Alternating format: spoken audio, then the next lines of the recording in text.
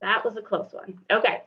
And then I'm going to talk through the Aging Mastery Program in Wisconsin. You may have heard or participated in AMP in some form or another. In Wisconsin, we had a grant since 2017 with National Council on Aging. So our grant is winding up, and so I wanted to give a report and also talk through the future of AMP in Wisconsin and what that looks like. Of course, we'll have some GWAR updates and then some time at the end for Wisconsin Institute of Healthy Aging, their updates as well. So again, please put questions, comments in the chat, and we'll monitor those throughout and try to get to questions as they're appropriate or at the end as well. So at this point, I am going to turn it over to Cheryl and Christy and talk about the LGBT training and technical assistance. And this came about, I attended the National Council on Aging and attended a session by SAGE, and it was an organization that I was not very familiar with, but I learned a lot during that hour session, and I wanted to share that all with you as we're trying to be more inclusive in our efforts and reaching out to populations maybe we haven't served or not sure how to serve them the best. So really excited for Cheryl and Christy. So I will turn it over to you and monitor the chat for you. Thank you. Okay, welcome everybody. Oh, that's echoing weird. Welcome everybody. We're glad you're here. I'm Christy Carter. I'm the Aging and Disability Coordinator at the Milwaukee LGBT Center. And I'm here with my colleague, Cheryl. So. Thank you, Christy. Glad to join you today. And Christy's going to kick us off first, and then I'll follow up after Christy. Sounds good. Thank you. We can go to the next slide. Okay, so I'm not going to read the mission. I'll just kind of generally speak on it. But the center's mission. So the mission of the Milwaukee LGBT Center is to further develop our vibrant lesbian, gay, bisexual, and transgender community in the Milwaukee area and improve the quality of life for all of us. And it's supported by the center's leadership, community building, health promotion, advocacy, and communications, and presentations like these. So I first wanted to talk about for folks that are in the LGBT community, we all, well, anybody, right? Anybody even on this call, we all have various layers to our identity, and that does not exclude folks that are LGBT. Each of us have many different layers, and LGBT people, older adults, and people with disabilities are also part of other marginalized communities that kind of can sometimes make it difficult or put more like barriers in front that we have to help them kind of navigate and provide assistance with. I'm just going to talk a little bit about some general statistics related to SAGE and older adults. And Cheryl, if I misspeak or am missing anything, feel free to jump in here. But according to SAGE, LGBT older adults are twice as likely to be single and live alone, 4 times as likely not to have children. They're far more likely to have faced discrimination and social stigma. They're more likely to face poverty and homelessness and to have poor health. And then 54% of LGBT older adults are care recipients, and they receive care from their partner or their chosen family. And then 24% of LGBT older adults are care recipients receive care from a friend. So for LGBT older adults, most of the care that they receive, unlike the general population, we get a lot of help from families. LGBT older adults, their family structure may be different. So again, this is some general statistics. According to the Movement Advancement Project, an estimated 3 to 5 million LGBT people have disabilities. I always like to stop here a little bit and read it again. According to the Movement Advancement Project, an estimated 3 to 5 million LGBT people have disabilities. And if you further break this down, 40% of these folks are bisexual men, 36% are lesbian women, 36% bisexual women, 26% are gay men, and 2 in 5 are transgender adults. 1 in 4 are lesbian, gay, or bisexual adults. So I always, again, stop here and say that we're out there, we exist, and you can see by the numbers that this is a population that needs to, we need to focus on and remember that they're there and while we're serving them. So I also wanted to bring this to your attention. There is very much overlap between older adults, LGBT older adults, and folks with disabilities. That they run concurrently. I mean, obviously there's some differences, but I just wanted to bring some of these up. So older adults, families of choice. So I mentioned this earlier. LGBT older adults basically care for other LGBT older adults. There's caregiver burnout, which happens to anybody that's providing or receiving care. Stress and trauma related to one's caregiver. Messaging. And this, I'm trying to make this kind of more out there, but LGBTQ providers connected with LGBTQ clients. There's not a lot of that right now, but that's something that we're working towards, not only the center, but SAGE as a collective. Assumptive language, otherness, ignoring the distinct issues and challenges and strengths of the LGBT elder population. When you're looking at folks with disabilities, again, there's caregiver burnout and stress. Messaging related to the caregivers, again, it's not out there when you're talking about folks with disabilities. Assumptive language, again, otherness, where people are not aware of the distinct challenges and the strengths of LGBTQ people with disabilities. So I just kind of wanted to bring this up to provide a comparison and show how these two groups are similar, but there's also differences. Now I'm going to talk a little bit about the programming that we provide at the LGBT Center. So again, my title is the Aging and Disability Coordinator. We have programming for older adults and folks with disabilities. We do a lot of support group. We have what's known as the FAB support group. Since COVID, we've basically transitioned everything to virtual. So we do a lot of virtual social programming as well as support groups and presentations like this one. Last year, we received a grant from the Milwaukee ADRC, and we provide educational sessions about different disability issues.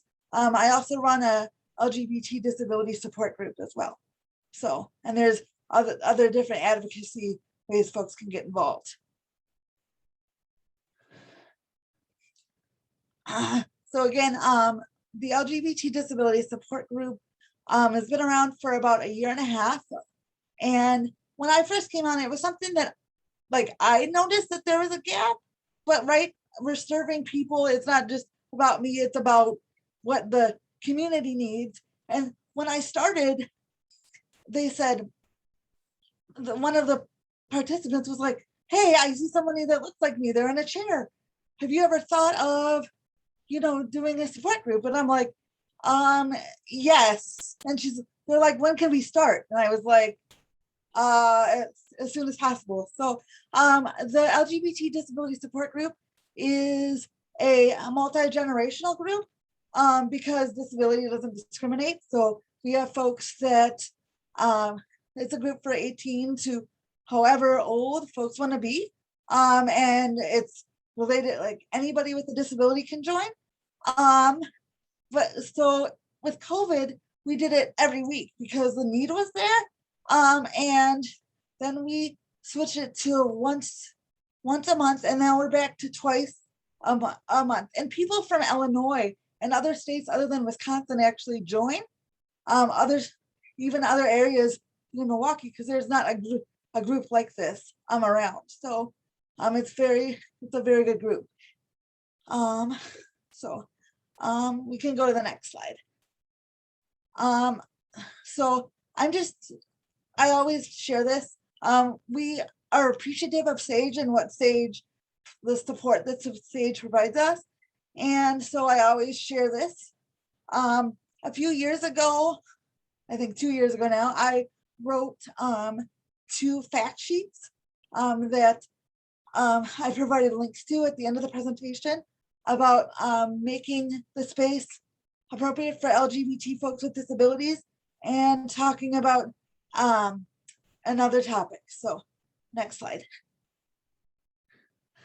This is a general overview of all the programming. Some of these have changed because COVID has changed, but I would recommend that you check out our website for the most up-to-date current offerings that the program has, and you can always email me. My emails also at the end of the presentation.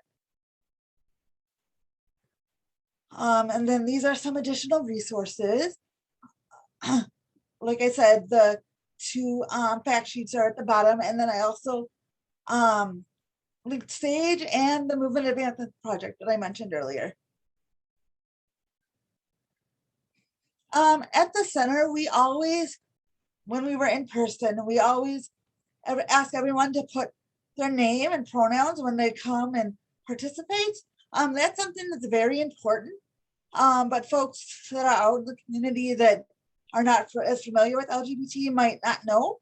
But this allows folks that, you know, identify or use different pronouns to feel comfortable and feel like they're accepted. And when we do groups and go over guidelines, we always ask people to share their pronouns. When I first started, I said preferred pronouns. I dropped that because it's not preferred, it's who they are. But we always say that you can ask or just follow the person if they're using she or or ask them. But yeah. So does anyone want me to read or explain this? Or I usually do, but I want to be mindful of time as well.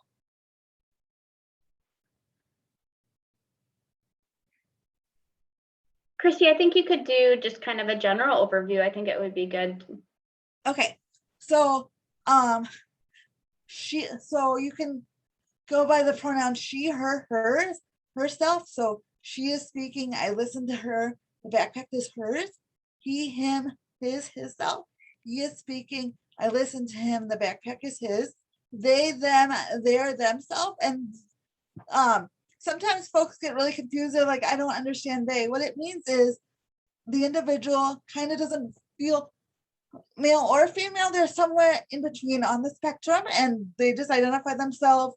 You know, sometimes they might just go by their name, and that's okay, right? Because sexuality and like it's on a spectrum and it can change, and that's okay. And that's what we always explain to our participants. And then Z is yourself. I actually have lately, I've heard a few folks use this, but for the most part, this term isn't used as often. Cheryl, do you have anything to add to that? No, I just always really encourage folks that if you're unsure to ask.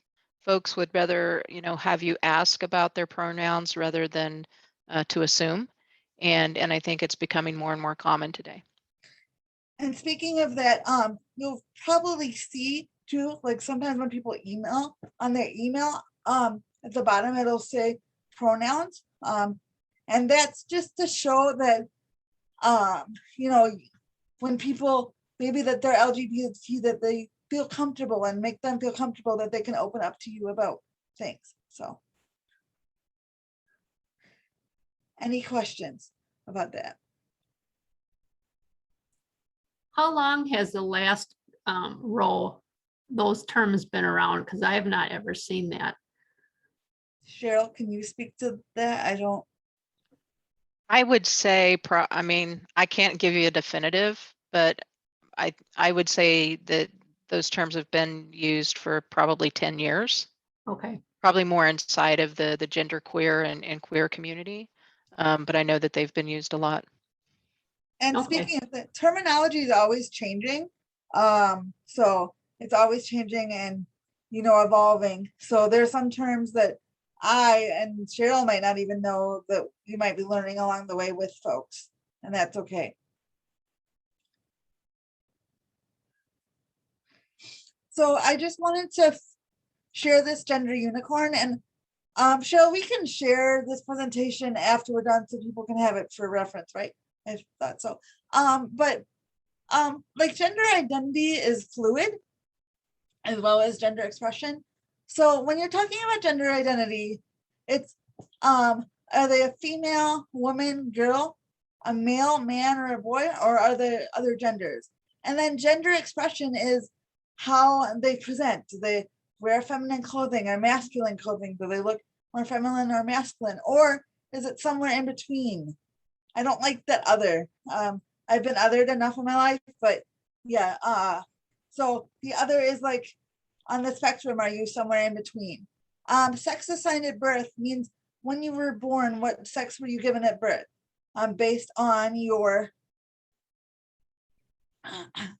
outer, I guess your sex organs or that type of thing. So female, male, other, or intersex. I actually have worked with, I have a few clients that are intersex. What that means is they were born with both male and female genitalia. And sometimes, unfortunately, the doctors make a decision as to what gender they should be. And from what the participants have shared with me, it's very, very traumatic. Yeah. But that's what that is. And then physical attraction. Are you attracted to women, men, or other genders? Like a folk that's transgender or identifies as genderqueer. And then romantically, emotionally attracted to. Are you attracted to women, men, or other genders? I know this diagram is very in-depth. Does anyone have questions? Or if you don't have questions now and stuff comes up, feel free to email either myself or Cheryl.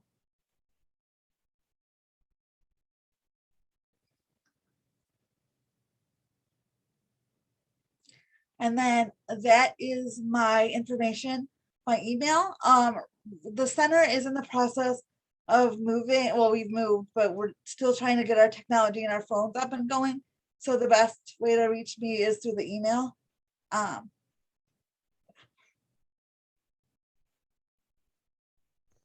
Thank you, Christy, so much for kind of kicking us off here today. And I'm going to follow up with a little more information about some of the work that we do at Sage National, as well as programs and resources that may be of interest to you all. So my part of the presentation, again, is really just on resources and information. And as we stated at the beginning of the presentation, I am the Director of National Education Initiatives with SAGE. I work for the national office, but I'm remote from St. Louis, Missouri, so I'm somewhat of a neighbor to Wisconsin, or at least in the same part of the country. So it's always nice to meet people in the Midwest who are interested in LGBTQ aging, as well as the intersections of LGBTQ and disabilities. Through the National Resource Center, we provide information, resources, technical assistance, and we're actually funded by the Administration on Community Living.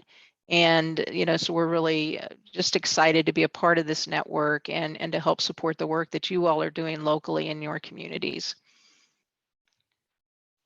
I wanted to provide just another brief overview of some of the common terms and terminology that you may see. As Christy noted, sexual orientation and gender identity have oftentimes been seen as kind of taboo subjects within society.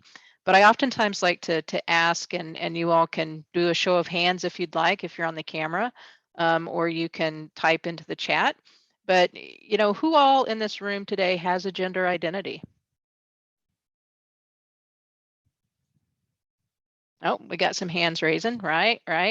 And who all has a sexual orientation? And again, I'm seeing some hands raised. 15 years ago, when I would ask those questions, people would kind of look around the room with this real nervous look on their face, like, do I do I raise my hand? Do I have a sexual orientation? Do I have a gender identity? These are common to every single one of us. And I think as we take the time to learn more about gender identity and sexual orientation and to really normalize these conversations, then it helps us to gain a better understanding and to come from a place of really hearing people's stories and what they need to share. So as we think about sexual orientation, the common terms that go along with this are lesbian, bisexual, gay. You'll also see straight or heterosexual as common terms describing sexual orientation.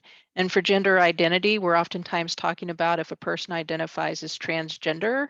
If you don't identify as transgender, then you would be considered to have a gender identity that's cisgender, meaning you identify with the gender that you were assigned at birth. And then another term that we're seeing more often is queer, and queer can really be seen as an umbrella term. SAGE recently has started to use LGBTQ plus within how we describe ourselves as an organization. Many organizations have adopted the Q, several years ago, but for older adults, we saw that up until recently that queer was by and large seen as very derogatory and oftentimes really hurtful for older generations. So we didn't use queer as much within our programs and services and even how we brand materials and talk about the broader LGBTQ community. We did some research over the past couple of years that showed that our older adult community is becoming more comfortable with us using queer in how we describe the community. So we have started to incorporate LGBTQ plus within our terminology today. And again, what we really encourage folks to do is first and foremost, see the person and use the words that they use to describe themselves and their relationships. And if you're uncertain, it's okay to ask. And that's oftentimes what we're doing, when we have intake interviews and when we're sitting down and talking with older adults, we're learning about who they are and we're hearing their stories.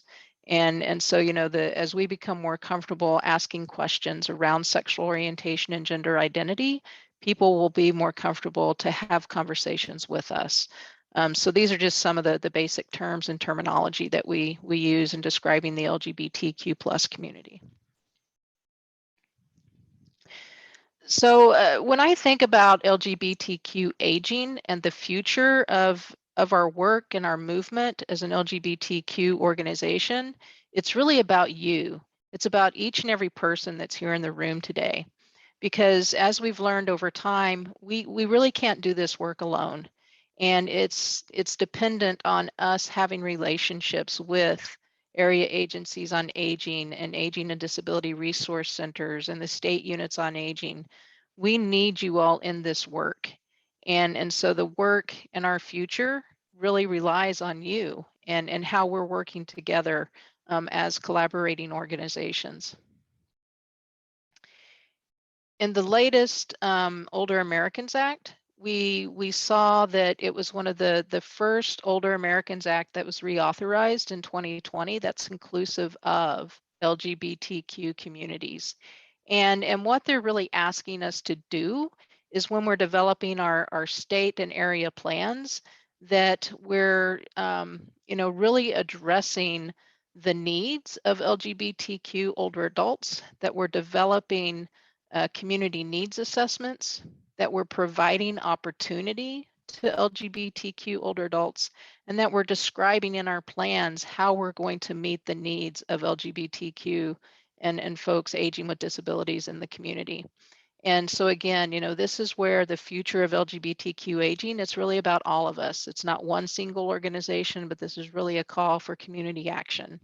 And that's a lot of what we do through the National Resource Center is to help support organizations like yours to work with groups like Christie's and other communities across Wisconsin to make sure that you're LGBTQ inclusive. And so it's really about diversity, equity, and belonging. I think when we look around our communities, people oftentimes will say, how have you seen things change? I've seen a lot of positive change over the past 15 years. When I first started in this work in 2008, I would walk into an audience like this. Well, first off, I hardly ever got invited into audiences like this. I would knock on doors and say, "Let me come and present to you." "Oh no, we don't really serve the LGBTQ community." So that's one of the things that's changed. Today we're invited to come and speak with your groups, and it's always an honor to be in spaces like this. So secondly, we recognize today that we are serving LGBTQ older adults, that LGBTQ folks, they're our neighbors, they're our friends, they're family members. And so how do we really open up our services to make sure that we've created a space that truly honors and recognizes diversity, equity, and that sense of belonging? Your neighbor across the street should be able to go to the same senior center as their friend, and people shouldn't feel like they only have one space that's LGBT friendly, but there's choice in how they access services. And so that's why this work is really important. One of the resources that we have available through the National Resource Center on LGBT aging is our best practice guide on strengthening your state and local aging plans. This guide was developed with input from area agencies on aging and the state units on aging to really help us understand what you all need to be more successful in your planning and outreach to LGBTQ older adults. So inside this guide, you're going to find, success stories. You're going to find information on how to collect data, as well as research that's available to you to use as you're developing your state and area plans. We also provided, examples of what inclusive goals can look like. So I would encourage you, if you've not done this already, to download this guide and use it in your work as you're creating state and area plans. One of our newest resources that is available is, this was actually designed with, sorry, I just lost my complete train of thought. This guide was designed as a result of the Inclusive Older Americans Act. And we really wanted to help LGBTQ older adults and allies in the community to recognize their role in helping to ensure that the Older Americans Act is inclusive. So this encourages LGBTQ older adults and allies to be advocates in their community, to find opportunities to serve, at the local level, to join the advisory council for their area agency on aging, to join a board of directors for the local community center, to see what other type of volunteer opportunities are there, because when we're volunteering and we're at the table, then we can help advocate for ourselves and others. And that really helps us to create that space of nothing about us without us, which, I think is one of the key mottos for the disability community. And, so how can we be at the table and help to ensure that programs are inclusive of LGBTQ older adults? With this guide, I encourage you to use it in your local communities. Reach out to LGBTQ older adults and use this guide to help them become more aware of the programs and services that are there and ways that they can get involved as community advocates in this work. One of the other new programs or new guides that we just developed is how to be an ally to transgender older adults. And we're actually producing a webinar, which you have the link for here, on November 19th from 12 noon to 1:15 Eastern. And this is actually a webinar that introduces this guide as well as the slide deck that's going to be available for communities. And we really we want people to see how they can help support not only friends and family, but potentially clients that are coming out as transgender. There's kind of a misnomer that, people's sexual orientation and gender identity goes away at 65. And, that's not true, right? We continue to have a sexual orientation. We continue to have a gender identity. And many folks, haven't found that space to really live their authentic selves until they get older. And that can be for a number of reasons. And so if an older adult is transitioning later in life, this is a key guide that can help you to better support them. Or if you're working with an older adult who has transitioned, there's also key things that you'll be able to learn from this guide and the webinar that will help in that support and outreach to folks. And again, we'll send this slide deck to Angie, so you'll have all the links available after the presentation today. Another program that just wanted to encourage everyone to be aware of is our SAGE National LGBT Elder Hotline. It's available 24/7, 365 days a year in English, Spanish, as well as other languages that they have contracted translators that can help support those phone calls. This is a partnership with SAGE, the National Resource Center, and United Way Worldwide. And prior to the pandemic, we were receiving about 20 to 30 calls a month. Just last month, we had over 300 calls that came into our national hotline. So it's definitely, meeting that need to help reduce social isolation and to make sure that people are connected to the services that they need, especially during times of crisis. And a lot of the calls are, I would say, more of a mental health component, a lot of depression, anxiety, some suicidology, as well as folks, looking for referrals for nutrition services and, housing and things like that. So it really is providing an important program for our community. And then one of the other programs that I just wanted to make sure you all were aware of is the Long-Term Care Equality Index.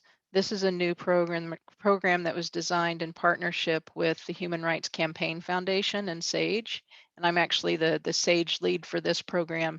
And in this program, we're working with long-term care providers in the community, retirement communities, assisted living, skilled nursing, hospice, facility-based programs.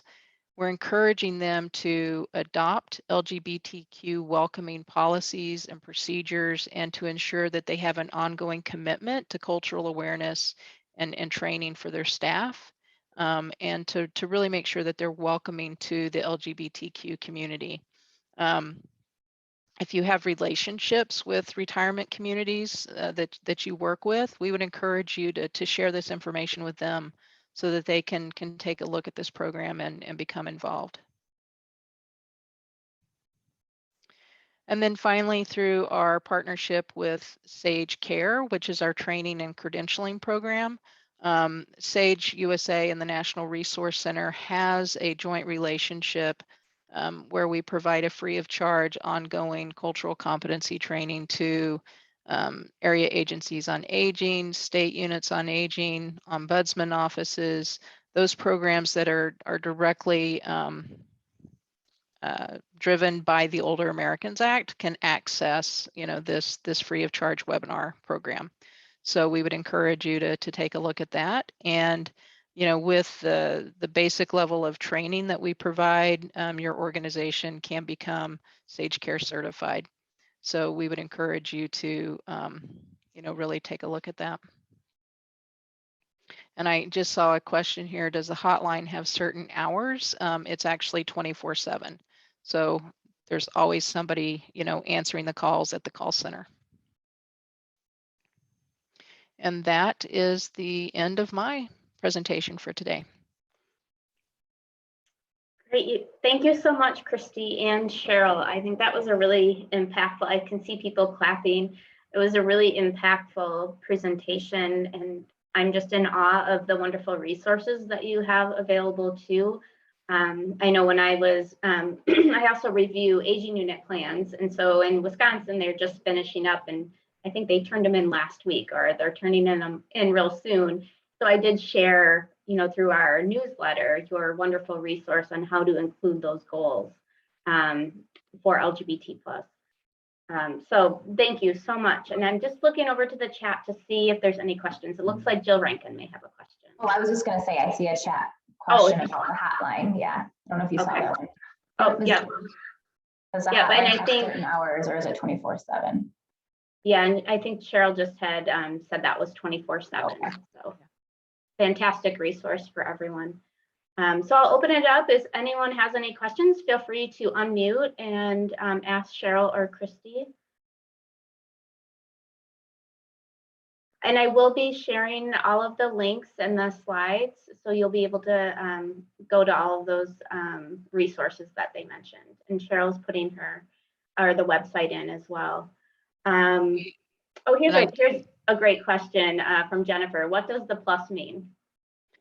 So as Christy, stated in her presentation, language is always evolving, and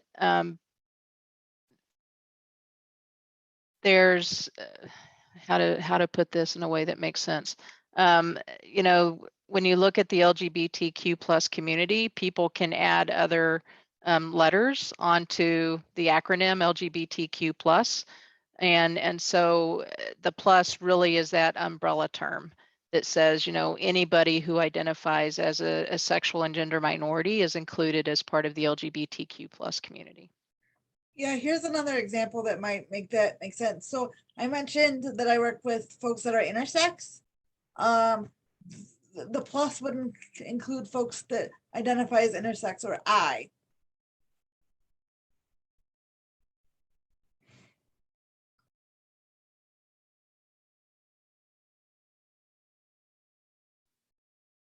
Great, thank you for that explanation, Christy and Cheryl.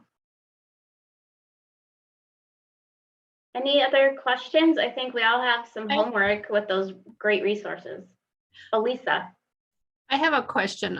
Now on some of our forms, they have expanded gender to more than just male and female. And I'm just wondering, for most of the seniors, do you think that they would be forthcoming in saying anything other than male or female when they're asked on our that we're supposed to ask? Yeah, I think it's an interesting question. We're 60 Yeah. plus, and also I'm also wondering, for many people, do I say male or female or other, because I don't think many people understand what fluid means, transgender and different things. And I'm just wondering how much too I go into what the terminology is with basically the lay public when they're calling to sign up for one of my programs. So and so this would be questions that are being asked over the phone or in person, Lisa? Well, initially probably over the phone, but then they do get a questionnaire either when they enroll in the program, either online or paper. Most of my folks prefer paper, actually. And from what I understand, it's just going on those, it's going to say male, female, and then other, and then people can write in whatever they want. Is that correct, everybody? Yeah, we're seeing these questions being asked differently, really, from state to state and sometimes from community to community. And I don't know that there's a definitive answer to your question. Right. I think some older adults, not every older adult who transitions to be known as transgender. So for some older adults, they may have transitioned from male to female. They identify as a woman, and they may not, identify as transgender. So even with those categories, male, female, or other, they may only select, the female category. So it's really going to depend on, if a person feels comfortable disclosing that they are transgender. When you're doing a intake in person, to say gender or gender identity, these are the options. If a person identifies as transgender and they want to share that information, then they may go ahead and share that. I think part of what we're hearing, or part of what we talk about is we should never, demographic questions are always, what's what I'm looking for? Voluntary. somebody should never feel forced into outing themselves or answering a question that, especially on demographic data, that they may not be comfortable with. And through Sage Care, we do have a training specific to asking questions around sexual orientation and gender identity. And we've provided a fact sheet through the National Resource Center as well on how we ask these questions and why we ask these questions that can be shared with older adults who you may be working with. And there's also a role-playing toolkit that we've provided for area agencies on aging to kind of practice in how we ask these questions. Great, thank you. Great question. Thank you for that. Great questions. In reviewing, oh, it looks like Amy has a question. Go ahead, Yeah, Amy. instead of, I apologize, I would rather talk than type in the chat.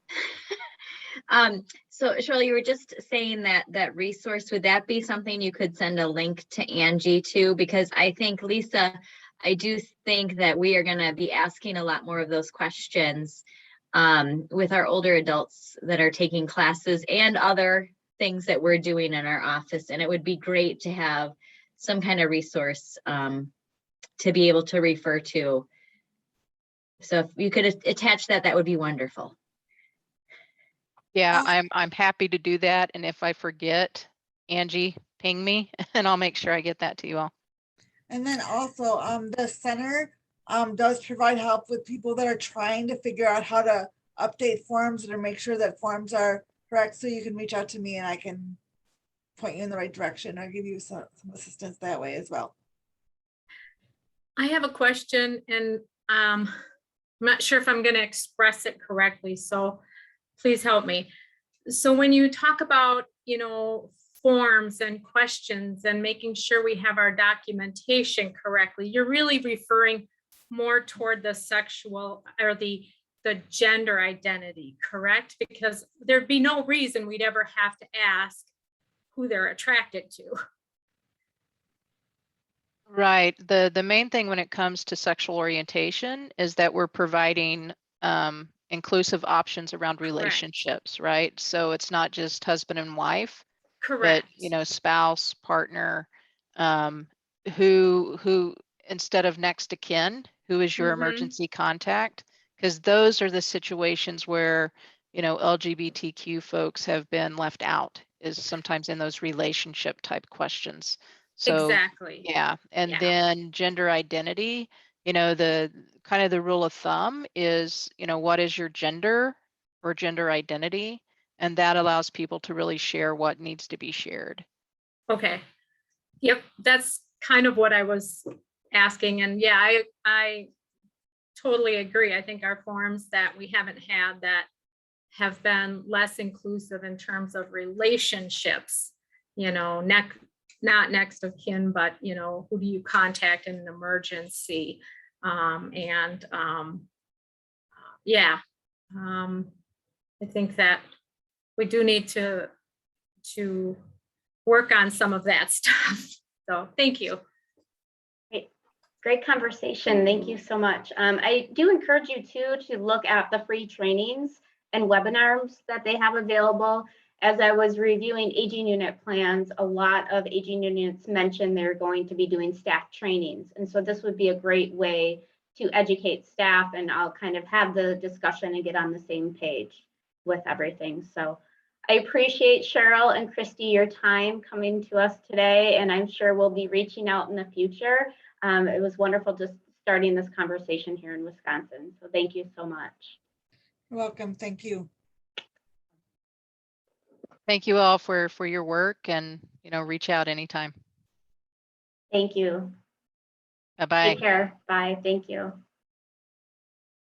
So we'll go next. Item on the agenda is myself, and I'm going to talk about the Aging Mastery Program. So I'm just going to go ahead and see if I was having some technical difficulties earlier. I think I'm okay now.